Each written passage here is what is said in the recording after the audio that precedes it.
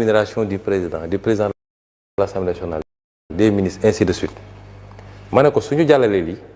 peuple mun na d'accord ñu réévaluer la rémunération des plus hautes autorités mais loolu parenthèse la woon dama ko fàtte woon préciser donc presse bi ma ko defee ma ne léegi pour ñu demander au peuple des sacrifices il faut que ñun ñu njëkk a wone exemple yi mais peuple bu toogee gis ni boobu ba léegi ñu ngi leen naan dafa am ñu leb xaalis bu dul jaar rek boo jëlee recul tuuti di nga xam li tax yàlla jaaral la fa donc man alliance yi ñu mës a def yëpp aw ma ci benn regret am naa ci nag expérience bu ma tiré mais aw ma ci benn regret parce que c'est cette somme-là qui a fait de Pastef ce qu'il est aujourd'hui moo jox Pastef doole bi mu ko jox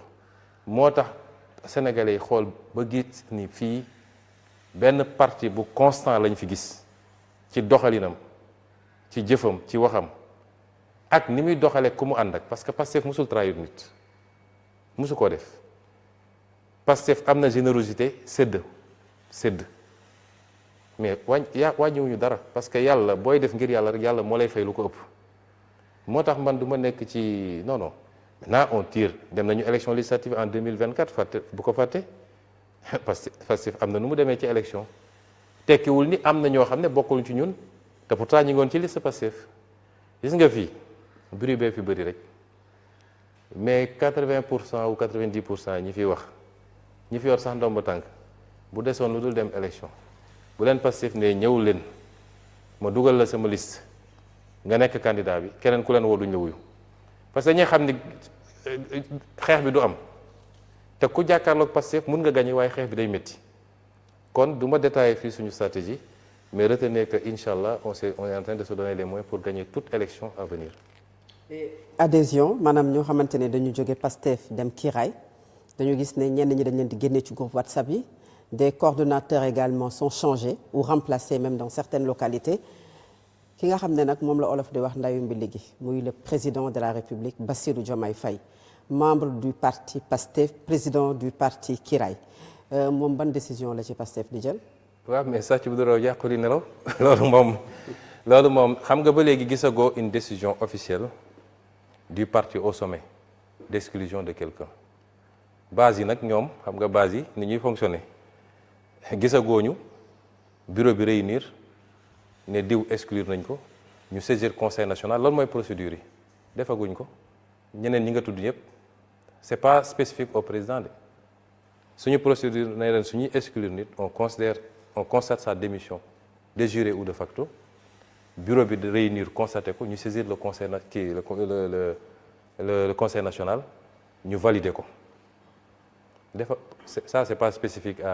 au président Diomaye ñeneen ñëpp defaguñ ko pour ñoom maintenant base bi des mécanismes conservatoires nit bu bokkatul doo ko bàyyi sa groupe WhatsApp mu dégg li ngay def di ko joxe ji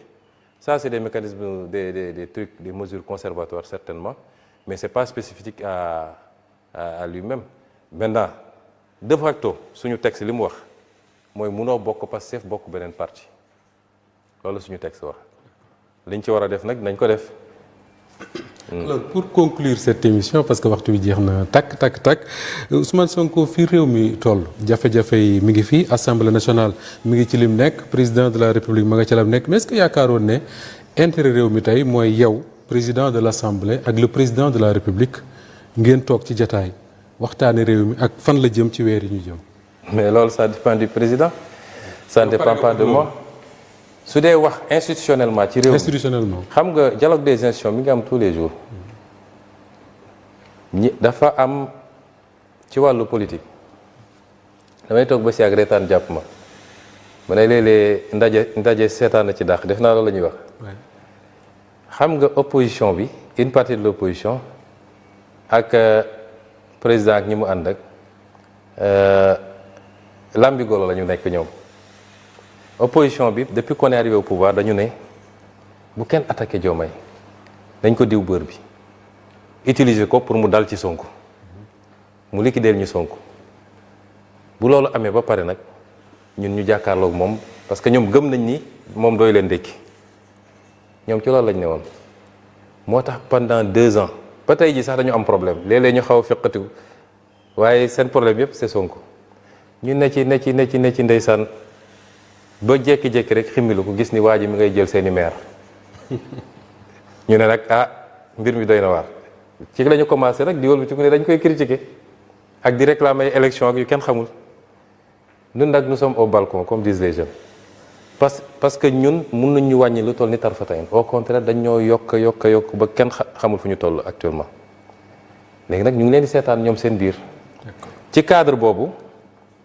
la ñu poussé peut-être président ak yenn ci àndandoom yi nga xam ne fu ñu mus a nekk yàq rek lañ fa nekkee di ko pousse à l'extrémisme soo seetee seen discours yëpp ma damay xoolal seen élément de langage ñeneen ñoom ñooy les institutions ñoo respecter les institutions soi-disant Pastef ak Ousmane Sonko respecté wuñu les institutions léegi nag ma jox la cas yu gàtt entre ki nga xam ne yaa ngi faire poser des incertitudes sur la tenue d'élection yoo xam ne date bi loi moo ko teg yaa ngi dàq ay nit uniquement parce que ànduñoo ak yow ci politique te pourtant xam nga ni ils sont compétents di leen remplacer ak ñoo xam ne mar d'Italie yaa ngi wañ loxo institution li ma wax président xam ne li ma wax di ko def looloo xam ne c'est en violation de la constitution nga xam ne loolu mënoon lañ la ci topp haute cour de justice bu garaaw la entre kii def loolu yépp ak ki nga xam ne li muy def yépp mu ngi ko teg dans le cadre de ses attributions constitutionnelles kan moo respecté wul constitution en réalité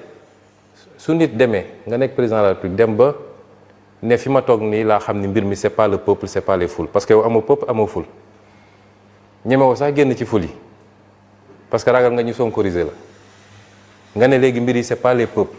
c'est pas la foule alors que la foule moo la fal nga ne mbir mi c'est les institutions loolu foo ko dégg rek fi ñu bëgg a jëm baaxut. D'accord. mooy utiliser les institutions contre d'autres personnes qui détiennent la légitimité jël ay institutions di leen jouer le rôle li nga mënul am ci politique nga ne na ma ko institutions yi defal nañ ma dalal ci kaw diw nañ ma éliminer candidature diw foo dégg ko wax loolu rawatina président de la République mooy moom xam na ni élection mënu faa dem am dara léegi nag naka laay instrumentaliser te li ñu dal diggante 2021 ak 2024 yëpp lan la woon instrumentaliser les institutions contre la légitimité ndax yàlla xam na ni légitimité bi yàlla Pastef la ko joxoon ak Ousmane Sonko la preuve bi ñu demee ba gàllankoor Ousmane Sonko Sénégal yëpp dañ doon wax ni su désigné woon Buri Jaxate sax mu nekk président xam naa ni sax présidente laa waroon désigné moo gënoon wóor mais loolu lañ doon wax nga utiliser les institutions contre la volonté populaire yooyu la gars yi di bëgg a toggaat di ko andi ak essayer utiliser naan diw moom dafa yaru diw yaru gis nga soxlawuñu yar ak ñàkk yar fii kenn ñàkk ko yar man de kenn du toog ba dégg ma saaga wala ma xaste am naa nag sama fulla am naa sama tempérament ku nekk ni leela bindee damm los ak laxal baat taxul nit yaru li nit di def ci suuf ñun lu ñu soxla mooy la ñu waxe teg askan wi nit ku ko respecté loolu rek la ñu soxla leneen yëpp ay détails la man su ma woon président boo xam ne sax day xëy di sànnay tànk te di jëfee lu askan wi xaar ci moom ma dellu sant yàlla. D'accord. arguments yi ñuy utiliser yëpp dafa am lu ñuy préparer c'est des arguments préparatoires man nag dinaa la wax dialogue des institutions fa laay daanele dialogue des institutions mi ngi am tout le temps ndax chaque jour su proposition de loi amee damay bind président mu tontu ma bu dee commission d'enquête damay bind ministre de la justice mu tontu ma président bu buggee envoyer projet de loi da koy envoyer fii ñu gérer ko bu ma nee lii c'est urgent ma programme ko en urgence su dee baax na ci réew mi ñu woteel ko sans hésiter donc dialogue boobu am na te xiiroo amul ngaayoo amul bu ñu demee ba jàpp ni d'accorduñu am na àttekat président mën na ko fa yóbbu député yi mën nañ ko fa yóbbu kon problème amul mu des nag diggante moom ak man bi ñuy mujjee wax am na lu ma ko wax bu la gaa yi ngem nax la ne la demal dal ci kaw Ousmane Sonko mënoo ci am ndam